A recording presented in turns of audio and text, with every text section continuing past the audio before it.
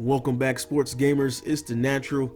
Wanted to talk with you guys today about the latest details on the PS5. There are a lot of rumors, a lot of things going out, some speculation, but also some hardcore facts from Mark Cerny, who is in charge basically of producing the Sony hardware every year, engineer. But I wanted to talk to you guys more from a point of sports games, because that's what we basically do at SGL, and make that primary focus on how, some of these specs and changes and hardware improvements will make our games better that we enjoy playing. So starting out, what we know so far, PS5 will be backwards compatible with Ps4 games and will support 8K, not just 4K, 8K, and the CPU is based on an AMD Ryzen custom GPU based AMD Radeon Navi with ray tracing support built in on the chip, an SSD, and will support PSVR as well as physical media.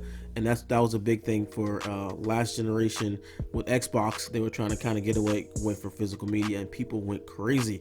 I think people are more accepted to digital only media now, but it's good to see that they have include both, because some people still like buy discs. So of course, all games will stand to benefit from the hardware improvements of next-gen consoles, realism, enhanced visuals, and always appreciating sports games, being that it offers the 8K support.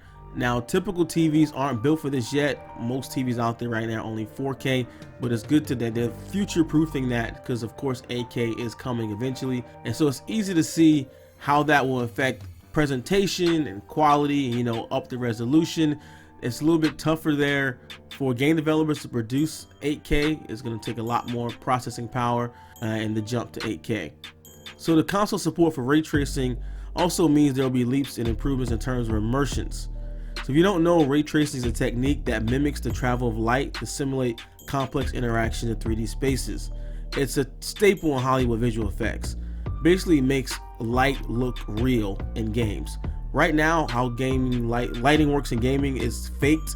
Sometimes it's baked, sometimes it's pre-rendered, but ray tracing is literally like the replication of how light bounces off things and diffuses and everything in real. So it's the most realistic lighting pretty much you ever see, but it's very, very hardware intensive. But they're actually including that on the chip there, so they will be able to have that in games.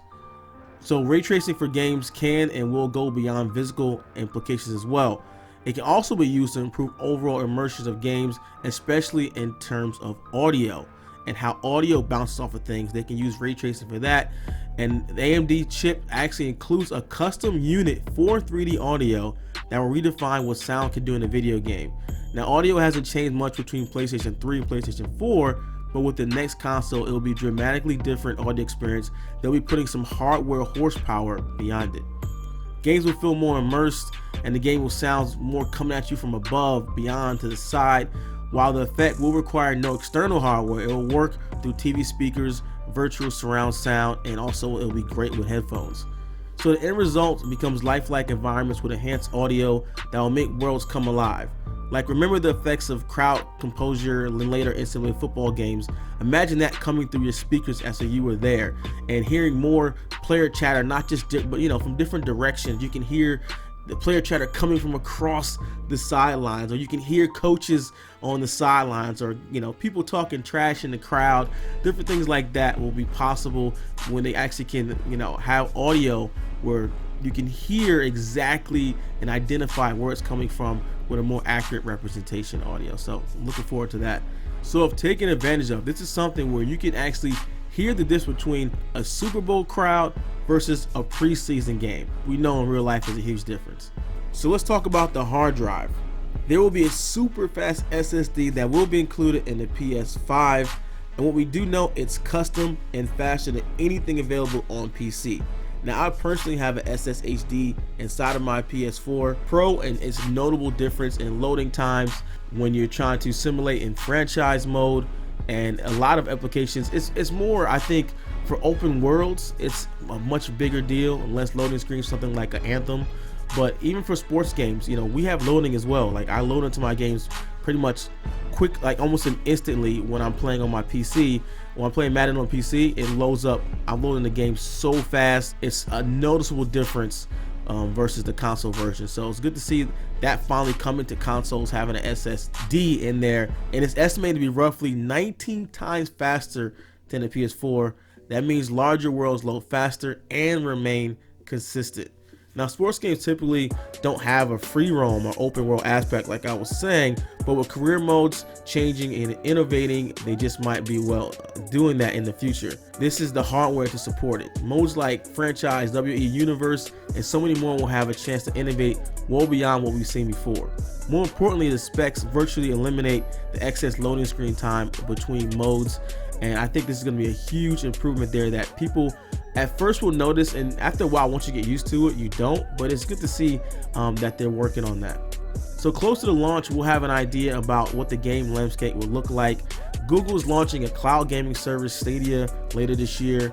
Microsoft's next version of Xbox will integrate cloud gaming as well to allow people to play Xbox games on multiple devices. No word yet on how PS5 will integrate into Sony's own cloud offering, but I would assume it will, as the future of gaming is in the cloud, like I've said in the previous video. So fluid menus, single digit load times, 8K sports TV presentation, and lifelike audio on the PS5. I'm excited. I'm ready to go out and purchase already. Let me know what you guys think. We don't know when it's going to be available yet. Not this year. I believe next year we'll hear something at the next E3, or maybe, I'll be at E3. Maybe we'll hear a little something this year. Definitely we'll hear some leaks here and there. So I'm excited about the future, excited about next gen consoles. Let me know what you guys think, how PS5 and the next Xbox will affect sports games and improvements you guys would like to see. If you liked the video, be sure to drop a like and subscribe for more of the latest news here in gaming and sports gaming. SGO, it's The Natural. I'm out.